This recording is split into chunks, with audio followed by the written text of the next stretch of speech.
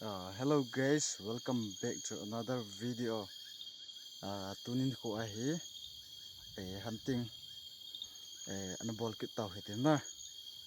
Iha ije je na. Ato chu hi.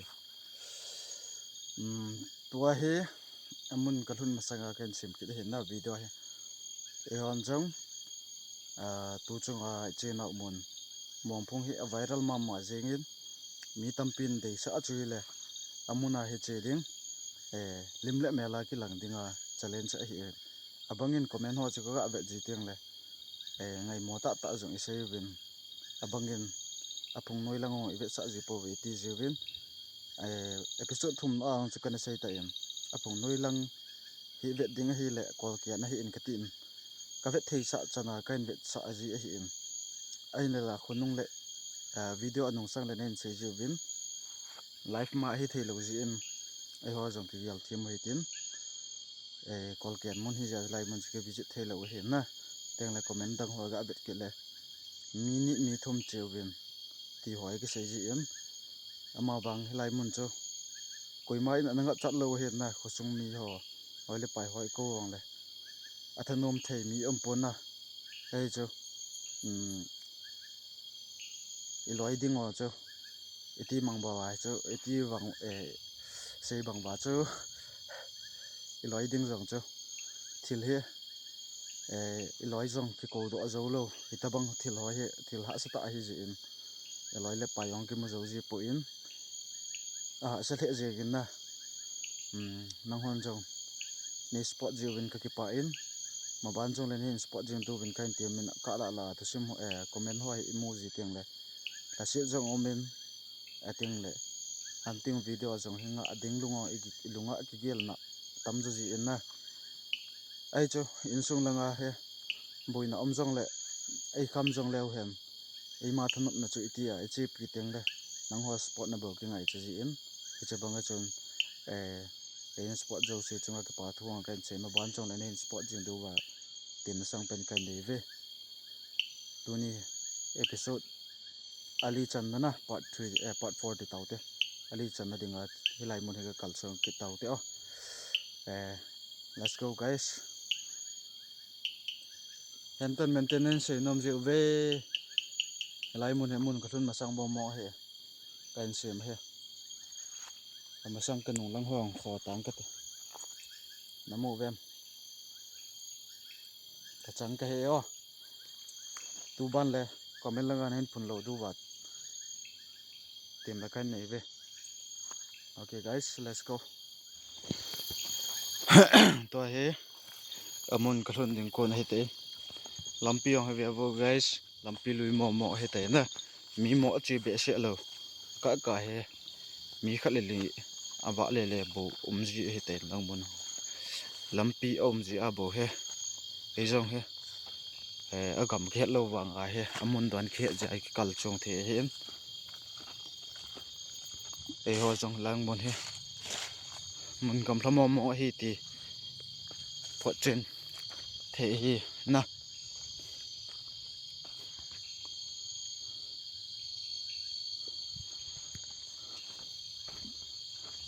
masa ja lai mun he video ka sim ji he ta in lang mun ko naw kong ki pat he ya do kha amun ve long he ve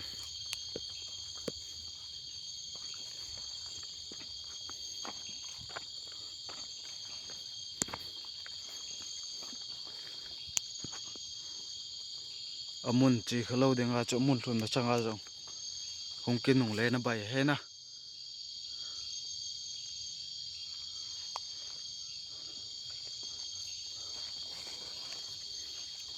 battery he ka tos lai guys ka battery ong thwa lo weng he ta na ki yel thiam ju he tin power bank ki choi jong le pangso di lo bang le tos lai ha dang banga om ji na ki hel ve leng ji he ji in tos lai jong he atha hi ngai tu ding ngai tu he tin he ho jong group jong ki semin theisun suna pan hin la chung ho hian lang thau mana hilai mun ka chi teng le pan hin la zo se jong bon cho chung ka ki pa thu ken sin tun amun hi thun do ta na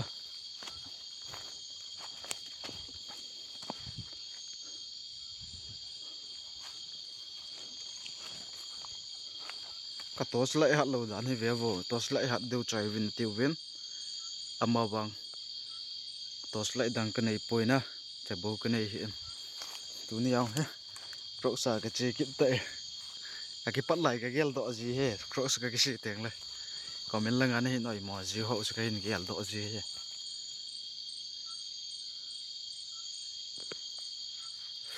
vợ nó tắm thẻ riêng tay in họ ta băng lại vợ tắm gì in nè vợ lề vợ dim riêng gì he kẹng chung ai thủng ly chăng ốp lăng im mai liền câu lăng lọt lăng ai cho về lăng gì in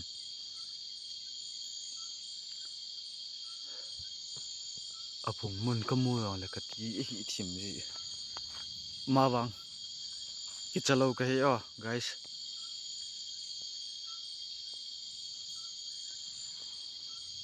comment langa cái mua lệ lăng lai mun he thong cho tầm tao về lai mun này he challenge balding mong alim le mela kilang dinga challenge balding a nei hin sol ji ovin kyang tu ni ka culture ngin lim le mela kilang dinga challenge I ball du a hin ama wang akila lo chu ama ho thu a he te in nang le ke thu a he poina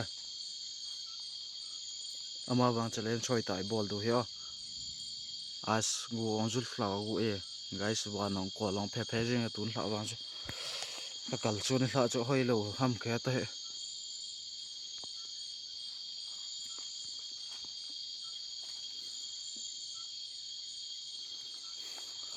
helai mun comment ka mu le lai mun le abo hin no men nei tiu ben eng lang hoi pha the hin nei lai mun chan chan pha the in in teng lang mun no he ai chan chan he pha the in in ama wang lam lai mun hoi a khul to hi le lang ho khul to hi le lai mun anam na to anoi lang he kol ken he tai na mu vem he tham su jeng he camera na mu jiwa bo he maintain na se je amun time le chan ne ki chot tha jong la noi lang na ki yeng the o lang pe ho ki ban na ding be lo thing phung ma tam jai thing phung ana ki ban la bo chun ke na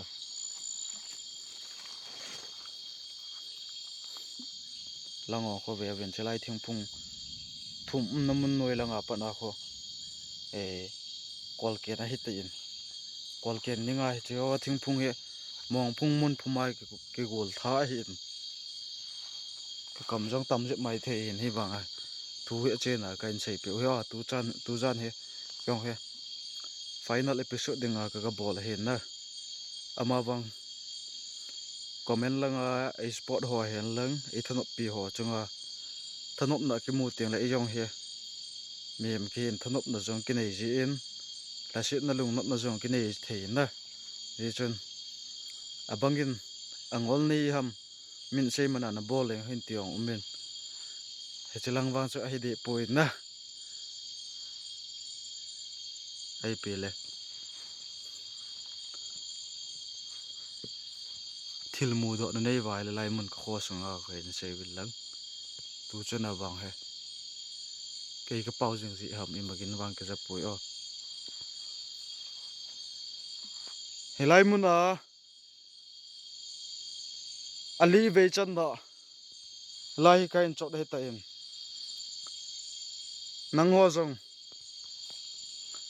na ding over thilma ka bol do lo ji in ka chunga lung hal lung sat ima na bol lo do ven thu kain pe in ain la ke hi mehing ke in nang ho wang ka mu thei poin hi jong le helai mun hi lim le mela amasa kaung na chunga chen jong helai mun a hian hoi te in ko thap de du jing hoi te in lai mun hi kaung visit na in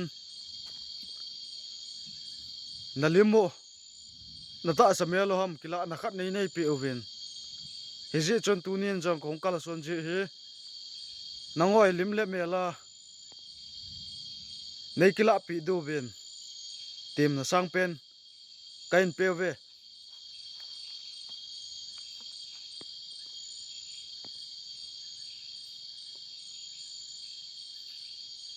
ama wang nang cholung hang dinga hung kai poin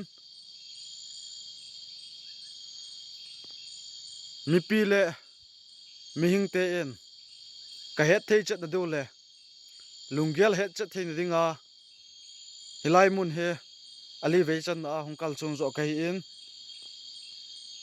ama wang nang ho phinlung hang dinga hung kai poe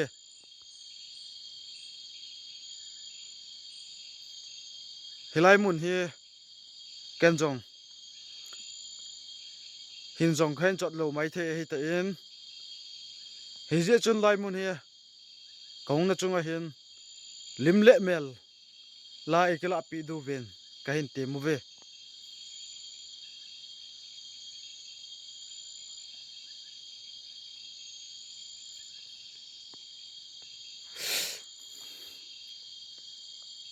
tho kang ta me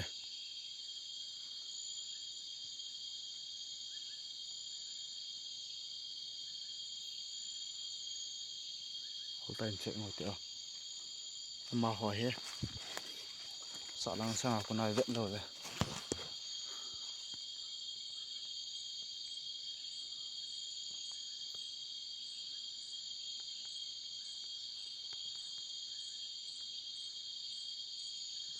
langa lai ke mo hu ke ho kholang hen tia he langa pana he gamang sung tai ke vela lang he lampi mi hem lampi tenga sa ji tam wang ke pui langa ko nai tai ke pana tai ke vel ki na tau ke vel ki na gari lampi thon teng le tau ke vel do ki he na gari yong ka ke pui ji hen ji chun viewers ten ki yal them mai tin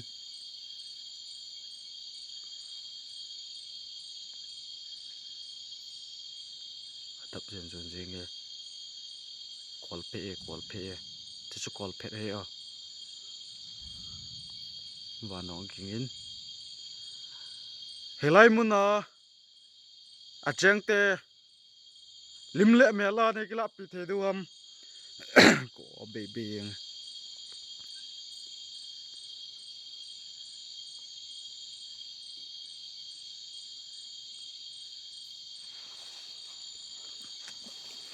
thịt trận này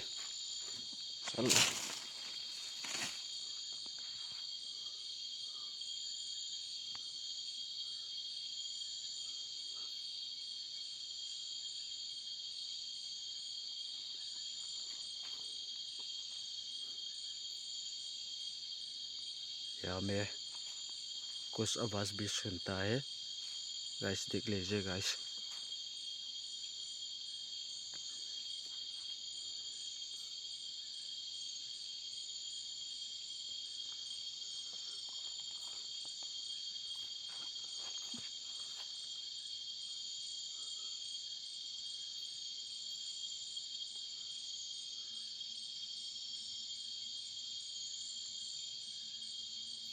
ya me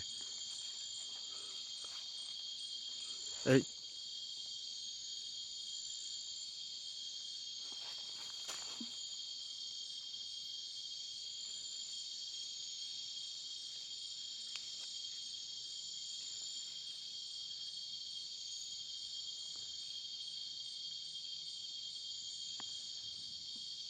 này tụi cái lâu về guys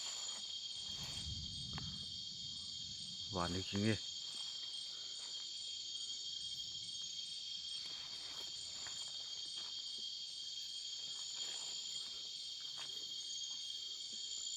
lim lệ mẹ la hong kilang dingen kain te mu ve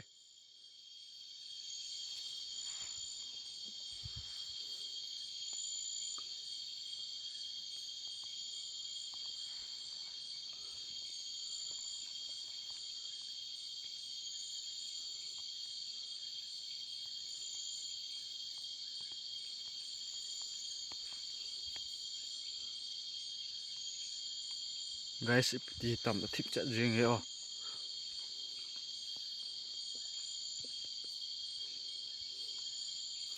lai lâu hầm mà sao mi cái mồn là cho mi ta bằng đó abang ini saya leo apum chenga amul bom le lunin ke mu entin ke sei wen bangin ai amai lang guys lungsen tai ne them lang hilai mun he ka kap to ki tu a chu ka phone memory storage ong full a hin na ka camera hong ki stop jing a he o video kan stop ba ke zo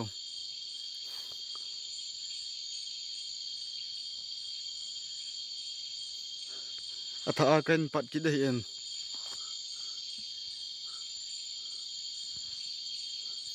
ka phone storage full e azu wang chu war ni e ki pat pe mat chat cho ge chon ima cha bui lo nan de ki ti le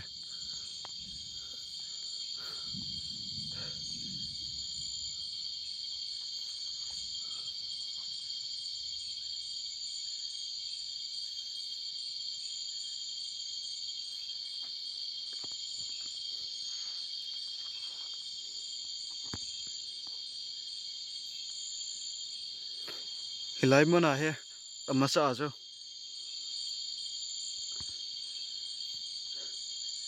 miyam tabang numei khat tabang ki numei ham khat ki mu na choi lai mun he en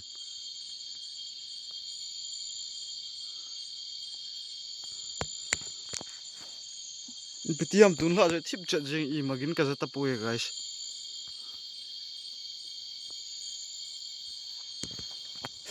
thau kang tam dam dan ka bilkul ang ja phat mat chat jing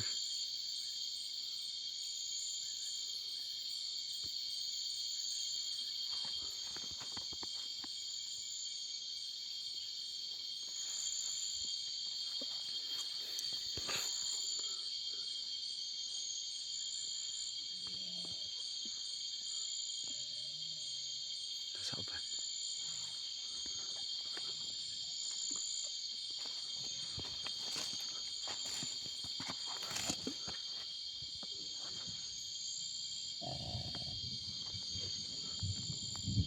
vanong ginge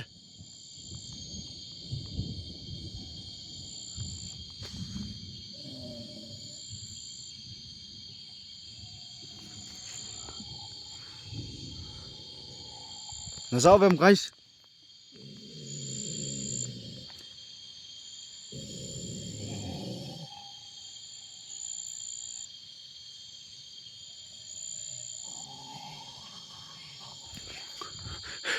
Gong rồi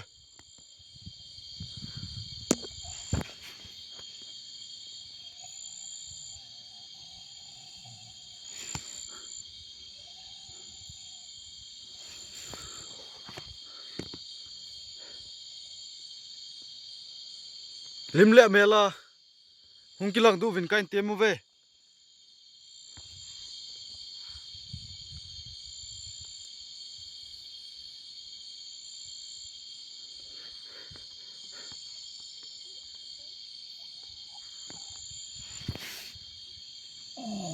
hey hey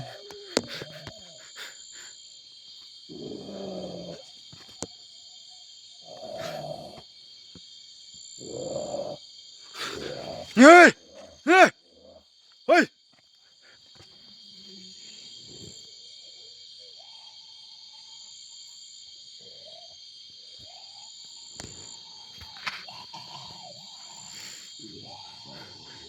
sao vậy guys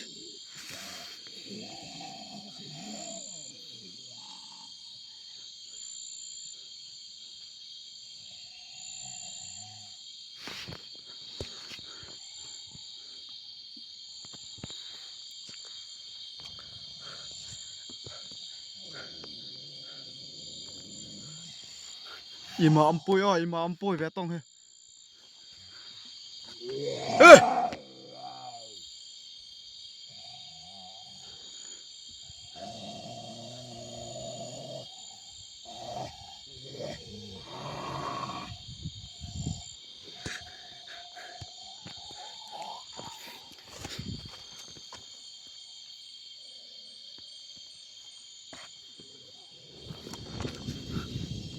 hui nó nghe chú hui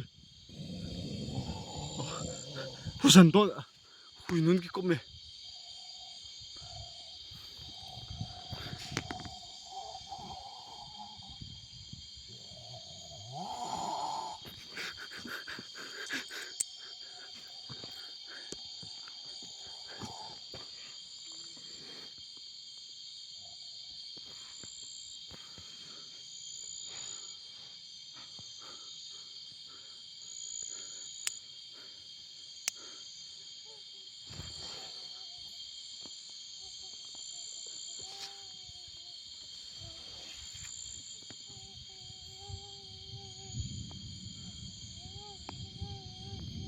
أنا سأي guys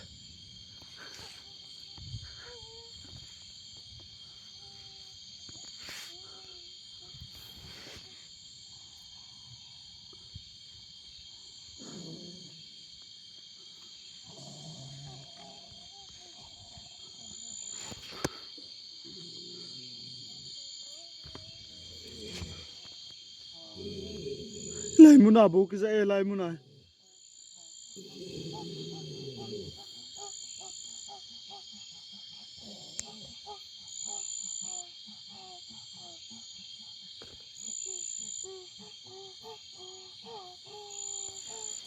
nume hilo ham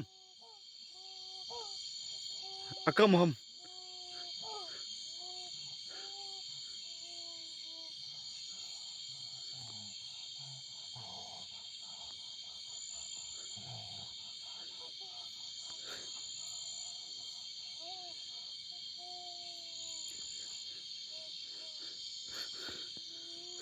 chu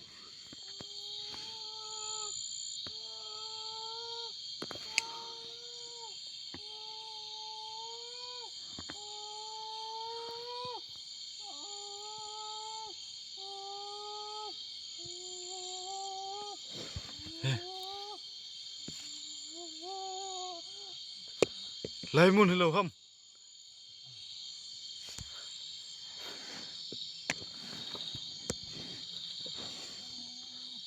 don't care pui guys don't care pui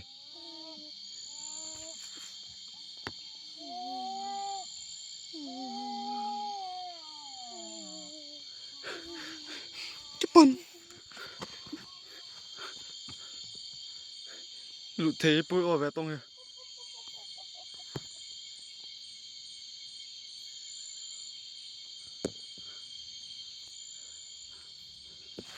vâng trong kinh nghe lim le mela hong ke lang te bin kai te mu ve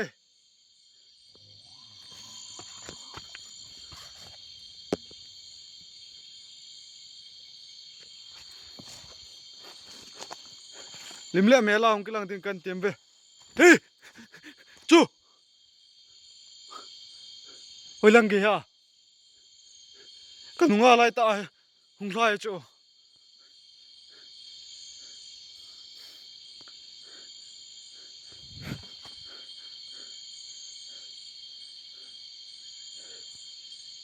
kinh ta về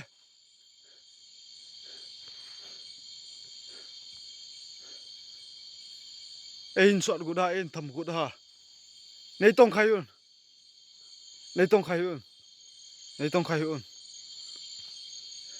nei tông khai un lim le me la bo hong ke lang tin kan tem ve nei tông khai un nei tông khai un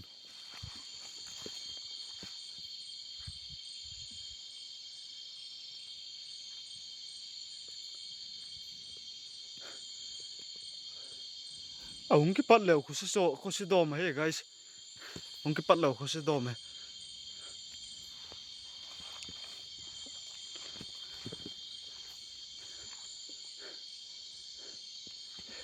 here lam piu bang ni si lam piu ham guys comment na nen che piu wo nga ko nai mi yung hlai ta banga ka he ji chu law ka din pet cha ta le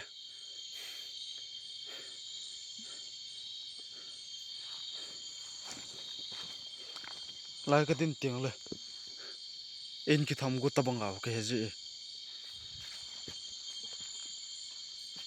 lim le melin ki lang vo lim le mela ki lang vin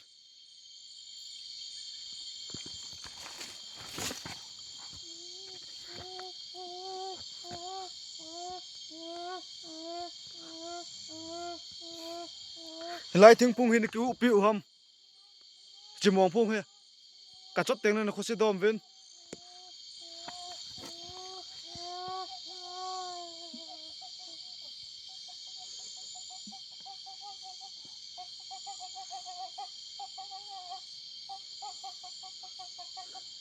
panau ke je la panau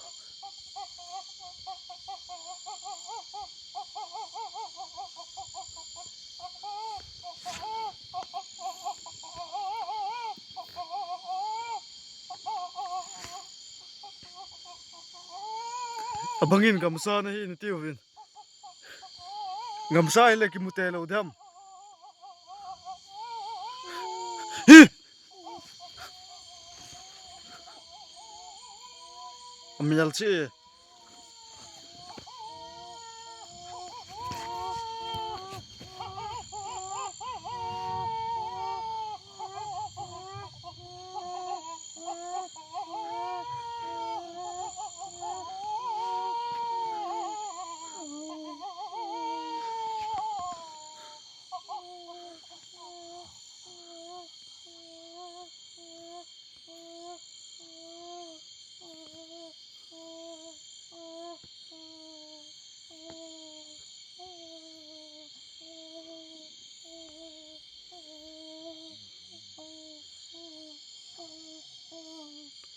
tang ta poye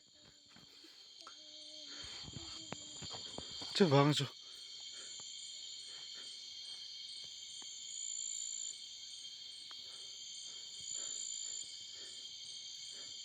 tang ta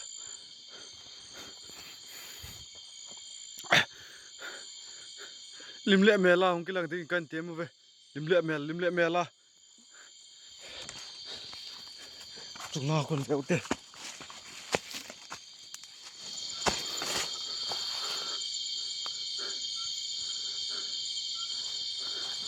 alanga kun beute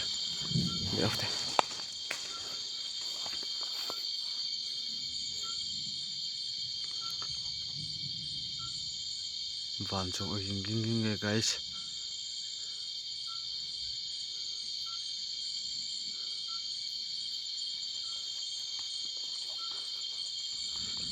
lai don to akadin pe na cho ka phone storage full mo hen o comment langa na sei nom sei ta ve nang ho na chi teng le bo lai mun he na to du hen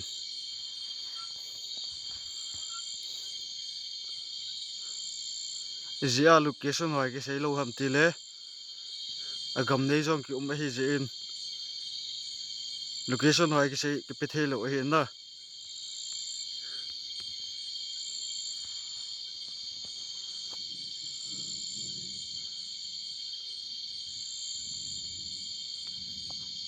ama wang lai tabang ho he mong phung ho hi mu vai le da ajing ding he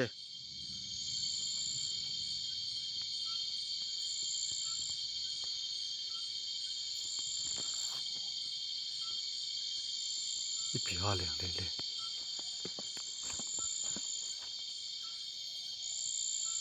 na zau bem guys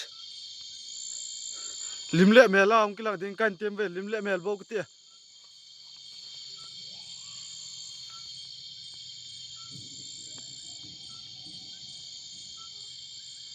padang ka sai hey chu hu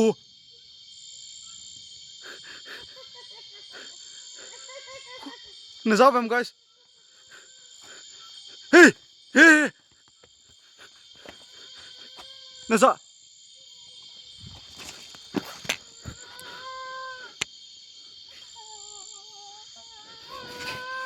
hey ha ta lunga dong ta ve chu tang poi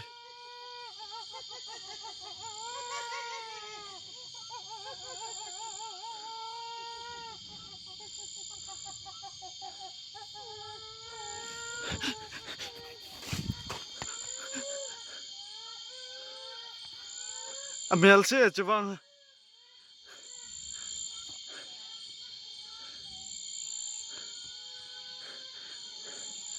nalimu hoi ta nei ki mu saun lai he ipem guys lai mun wang he a chen na bulpi momong alam tha na ko dham ka he poi comment na hin se ven lungil lang he se phon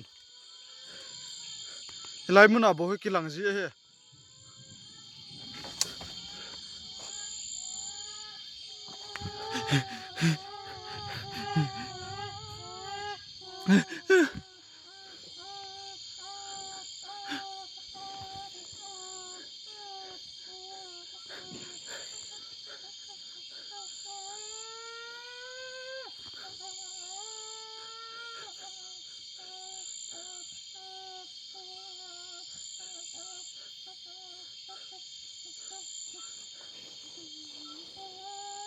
Hey, hey, hey, yung kasama niya. Su. Lai hôm ka ako na yung kimaya. Hey. Hey.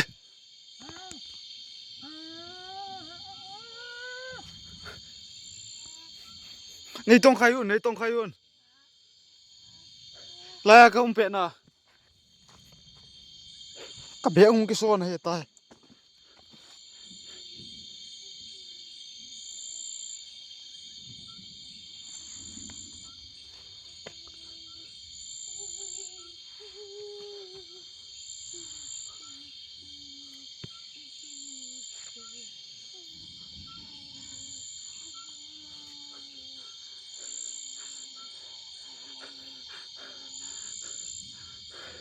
Zo tho the puye guys. Limle mela hong kilang tin kan tem ve.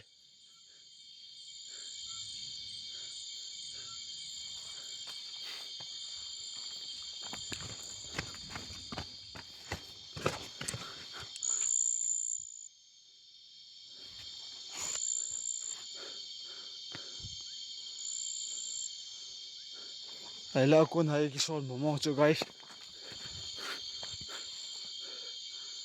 Hey. Hu. Chu. Hey. Palo hom guys.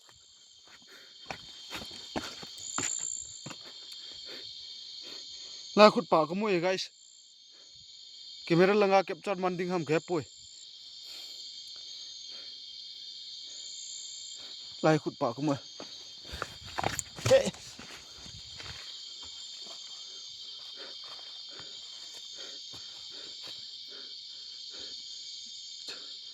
Tai ka zoom pe na.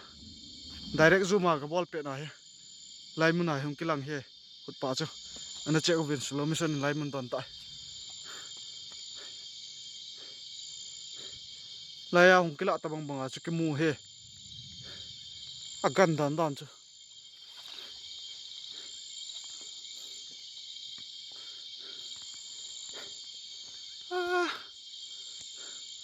Call pe no na se guys.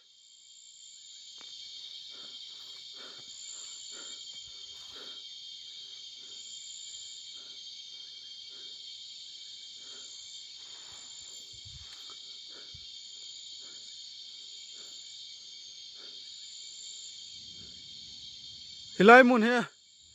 Avel li chan na hong kal song kai ten.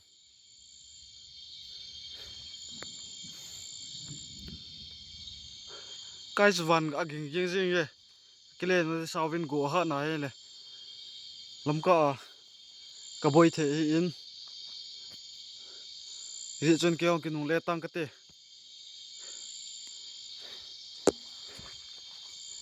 Kain ball so the loading he ten. Kinung le lang nai ta ka tin. Kalung athi ta ve lai chu.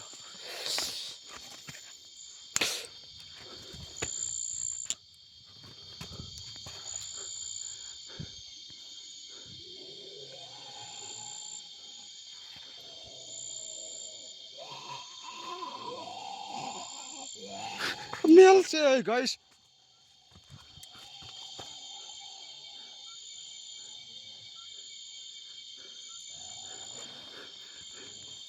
Lai mun apa na.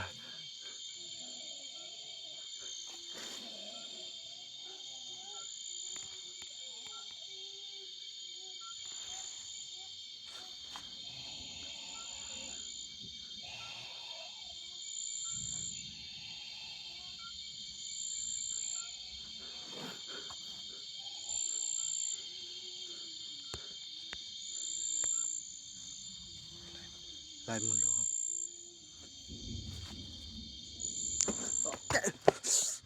Hey.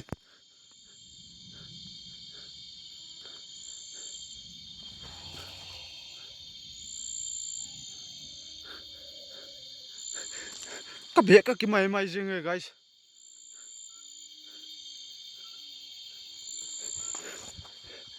Dala do te. Vâng.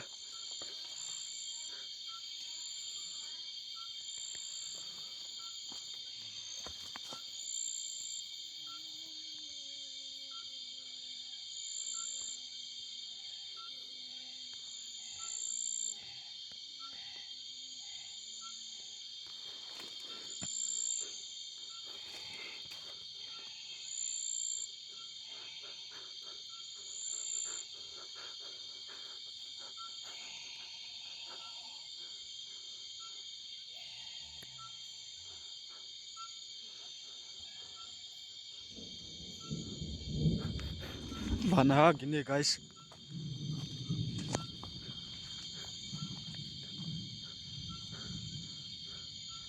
Hilai mun hi da la ding kai ten. Hilai mun he li ve chan na kong chot hi. Ka chunga jong lung har na nei mai theu he en. Nei jong leo chun. Jesu mina nang hon. Ka chunga khan se na iman bol thei lo du ba. Tu pe kan nei ve. Tu ni la lim le me la hong kila dinga bo. Hung ka hi en. Ahin la. Hilai mun a jong. Avel li chan a ta samel ham. Ale. Natiba wa kai na samoham. Min mudinga nong kila sa aziun. Tun kai kinung le ding kai tayin. Kema bang. Kakunung. Nain chot thelo du ba. Yesu mina thu kain pe hue. Chule tunung tu man le. Lai mun he. Ain chun no jong le. Avela. Gamleng hian lang. Ava le chi le jong le. Nain su boilo du ba. Thu kain pe ovin. Lai mun he. Kain da la ding hai tai. Kanung nan ju thelo du he. Nango ka mu thei poi. Hakile.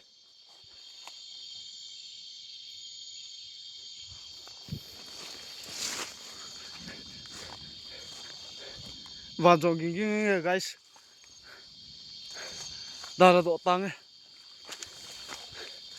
Lampi jong ka zui khil ta di. Kalung gel cho ma ve leng. Lai phung mun a kom cho.